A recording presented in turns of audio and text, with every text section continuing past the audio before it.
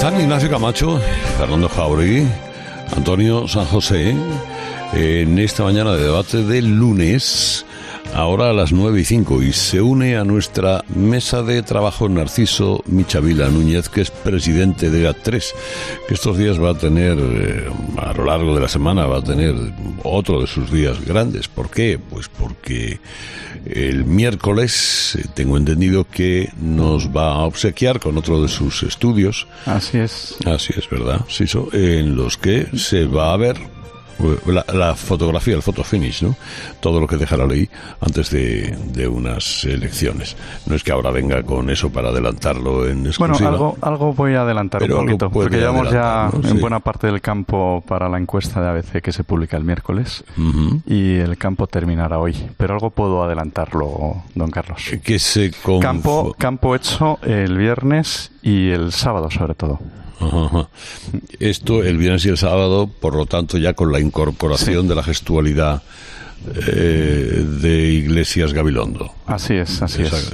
¿Coincidencia en la opinión de las personas o con menos de lo que parece? Con menos de lo que algunos quisieran. Yo además sí creo que puede haber cambios de voto de aquí a las elecciones, porque faltan 8 días. Y si siguen cambiando algunos partidos políticos de estrategia y rearrancando su campaña electoral todos los días, pues evidentemente va a seguir habiendo cambios. ¿A su favor o en su contra? Sí.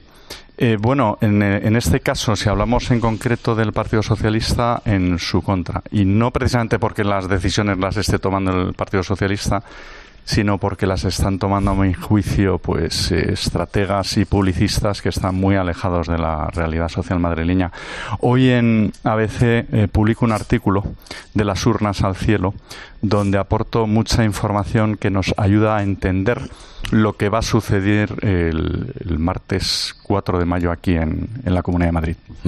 Sí, contaba algo, sí, Ignacio, de eso, ¿no? Es decir, sí, me refería a esto concretamente, sí. Sí, a ver, vamos a ver, para empezar, lo primero que hay que tener en cuenta es que el mayor cambio de voto se produjo hace 13 meses en la primera ola de la pandemia. Y en esto sí que hay que reconocer que el cambio de estrategia pues obedece precisamente, ese cambio de estrategia ahora mismo de los partidos de izquierdas, que ya dan por hecho pues que no solo va a ganar, sino que va a gobernar Ayuso, porque todos los cuarteles generales tienen los mismos datos que estamos teniendo los institutos. Y bueno, porque yo hace un mes, don Carlos, decía, tenemos claro quién gana, no tenemos claro quién gobierna, y si la participación supera el 74%, Ayuso podría tener la absoluta. A 8 días de las elecciones puedo decir con total seguridad que sabemos quién gana y quién gobierna, y sabemos además qué partidos van a estar dentro de la Asamblea y cuáles no. Había dudas hace un mes si Unidas Podemos o Vox se podían quedar fuera, y a estas alturas claramente tanto Unidas Podemos como Vox se garantizan un suelo del 8% y estarán presentes en la Asamblea con total seguridad. Y la única incertidumbre de verdad, y vista cómo va la campaña y si siguen haciéndole la campaña a los adversarios Ayuso, la única duda es si Ayuso conseguirá la absoluta o no. En estos momentos no la tiene, pero es que cada vez va subiendo más. Y yo sostengo que si siguen con esta estrategia, van a terminar dándosela el martes. Es decir, que la estrategia del fascismo o libertad, la estrategia de la agitación, de la agitprop, incluso del desorden, o un poco la llamada al calentamiento de las calles, no va en detrimento de la quien lidera la carrera? Ni mucho menos. Es que además se basa en un análisis totalmente erróneo. Y es que si vota mucha gente, entonces gana la izquierda. Y además el ejemplo que te ponen es que en las pasadas elecciones generales Sánchez gobierna gracias a que participó mucha gente y votó mucha gente. Y entonces yo les digo, bueno, pues vamos a analizar qué votó el madrileño en esas elecciones de alta participación. Votó el 80% del cuerpo electoral madrileño, y es verdad que Sánchez gobernó, pero ¿qué pasó en la circunscripción de Madrid, que es la que va a votar el martes? Que los partidos de derecha le sacaron 10 puntos a los partidos de izquierdas. Y eso en un Pedro Sánchez que se negaba a pactar con Bildu, o que no hablaba de subidas de impuestos, o que no había tenido que gestionar una pandemia tan brutal y tan dramática como la actual. En estos momentos la derecha le va a sacar más de 14 puntos, y como la cosa continúe así va a ser más todavía, a los partidos de izquierdas. Pero de todos modos hay que entender también que todo este cambio de estrategia no es tanto para pues intentar dar un vuelco en Madrid, porque pues ya dan por hecho que es imposible, como para intentar evitar la derrota absoluta de Sánchez, que es lo que de verdad le está quitando el sueño, que sería una victoria absoluta de Ayuso, porque sería una doble victoria. O sea, sería que su principal adversario pues le ha derrotado en las urnas en cuanto ha podido, y además deja a Sánchez sin el principal argumento electoral de cara a unas generales, que es el miedo a lo que ellos llaman ultraderecha. Y además todo ello en un contexto en el que, creen que ahora la preocupación del madrileño es la defensa de la democracia, cuando lo que le está preocupando al madrileño en estos momentos es la defensa de su puesto de trabajo, es seguir combatiendo al virus, etcétera, etcétera. Don Narciso, el otro día cuando aparecía el tracking o el flash, o como le llamen ahora, del CIS, la conclusión primera más simple a la que se llegaba es: la derecha ha llegado al máximo de sus ganancias, o ha colmado sus expectativas. Quien tiene algo de margen para crecer es la izquierda, que está por debajo de sus expectativas. De ahí algunos intuimos que ese CIS era así como queriendo decir: si os movilizáis podéis ganar. ¿Qué tanto de realidad o de verdad tiene eso? Yo, como he puesto en mi cuenta de Twitter y he dejado el tuit fijado, esta última encuesta de Tezanos tiene un valor científico incalculable.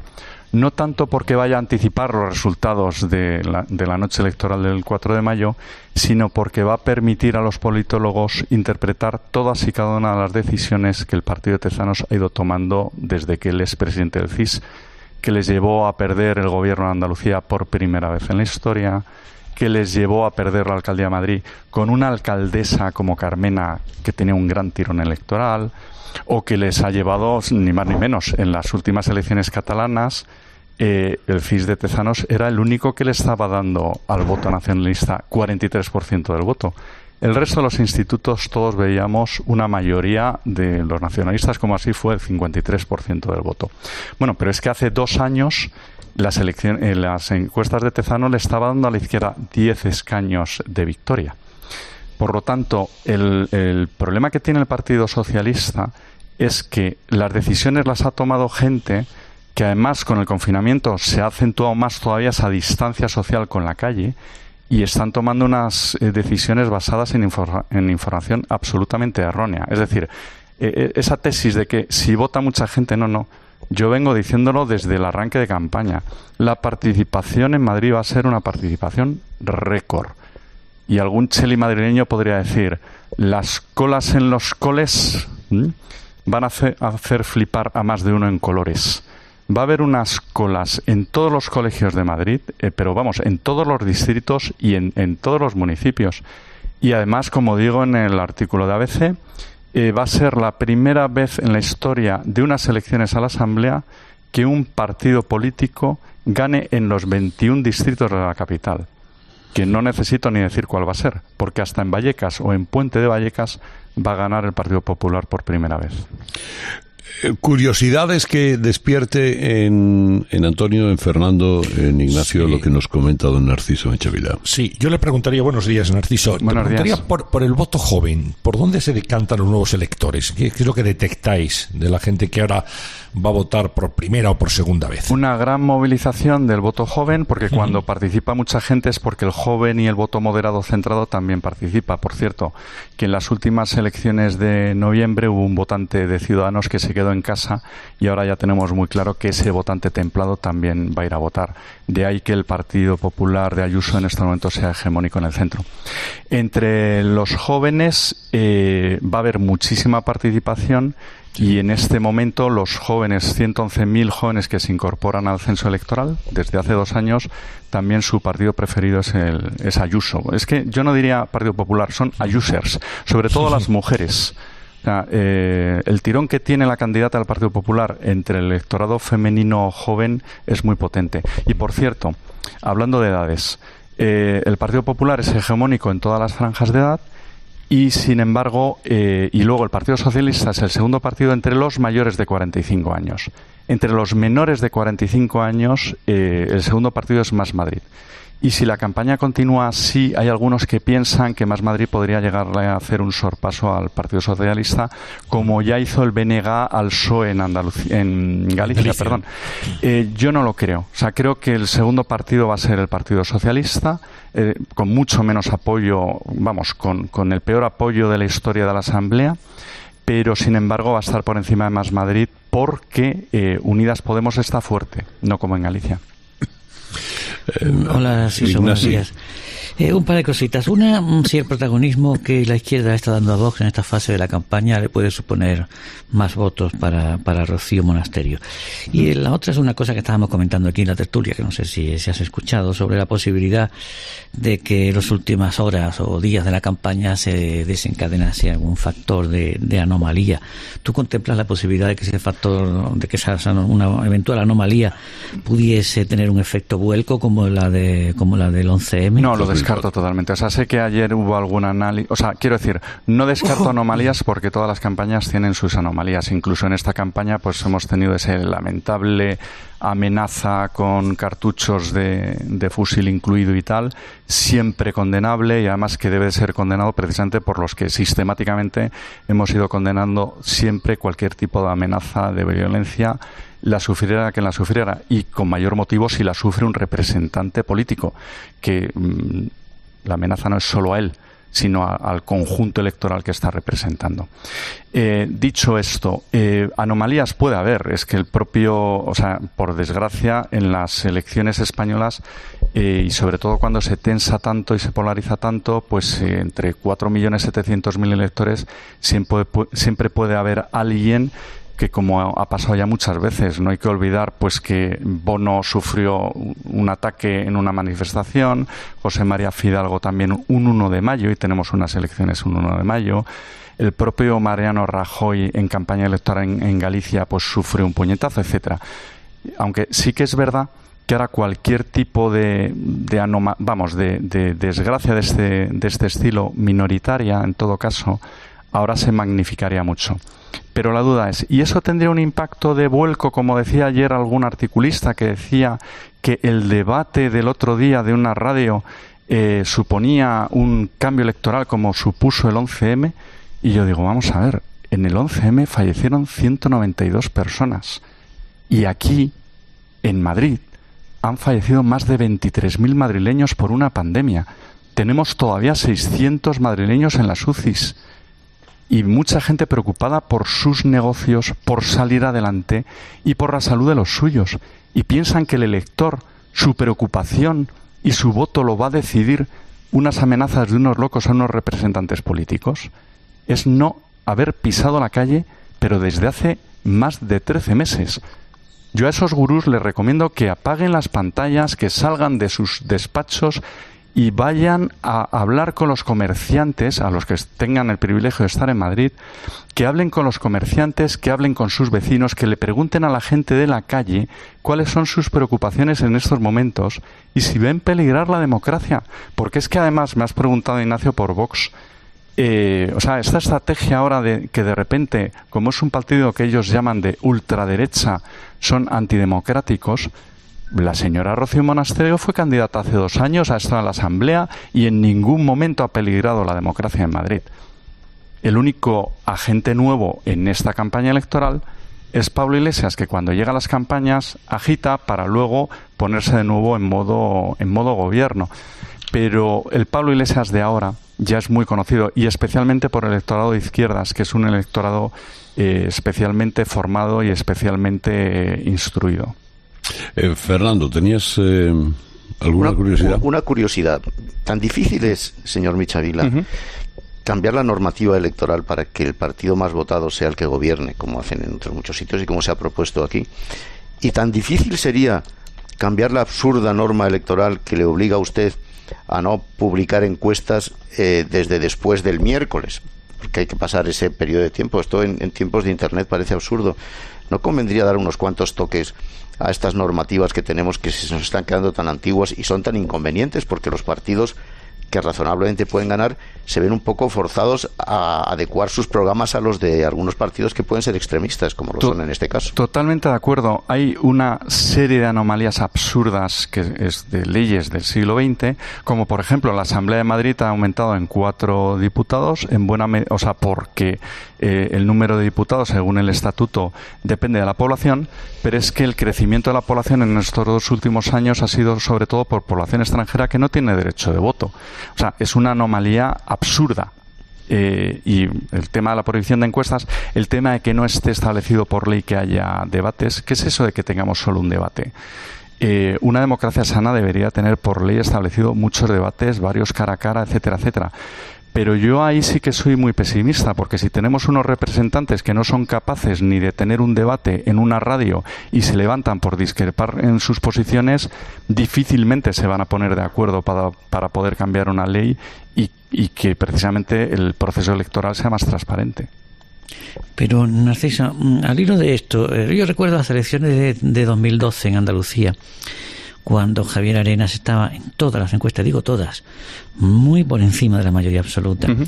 Sin embargo, en los últimos días, ya cuando no se podían publicar encuestas y bajo radar, se produjo una movilización silenciosa de la izquierda que al final le quitó la mayoría.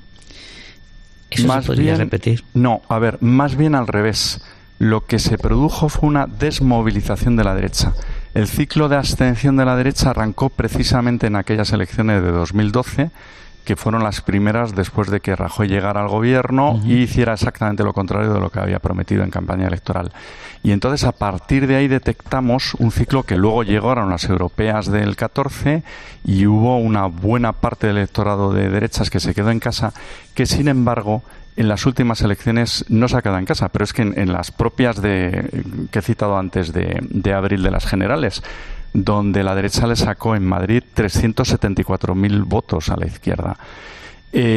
Yo en estos momentos descarto totalmente una desmovilización del votante de derecha a centro-derecha. Y es más, lo que va a cambiar el resultado no es tanto esa movilización de votante tradicional que suele acudir a las urnas casi siempre, sino de 1,5 millones de electores que hace 2 años se quedaron en su casa en las elecciones a la Asamblea y que muy buena parte van a ir a votar, esta vez no en clave izquierda-derecha, sino con el cartel que va a decidir su voto es el de abierto o cerrado. Hay 600.000 familias madrileñas que viven del comercio y viven de la hostelería y que saben perfectamente cómo se ha ido gestionando la pandemia y la economía a lo largo de todos estos meses en Madrid.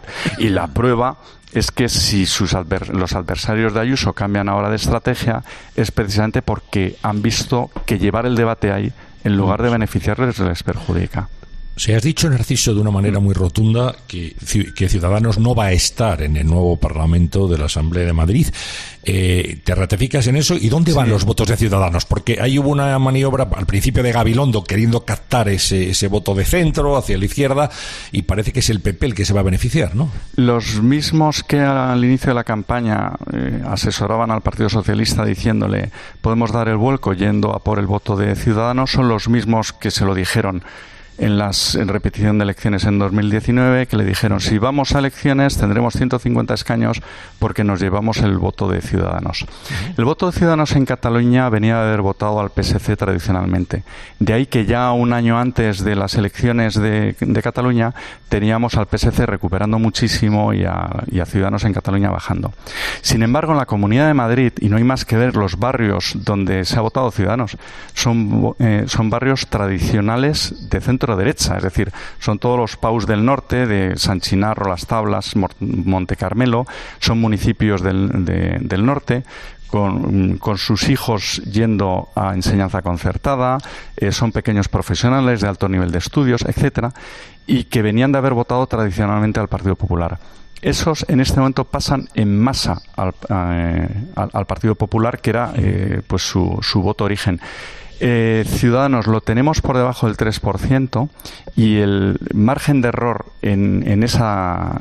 con ese apoyo no llega ni a medio punto. Por lo tanto, yo a estas alturas ya puedo decir que entran 5 partidos y son los 5 que todos sabemos, y sin embargo los otros 15 no van a tener representación.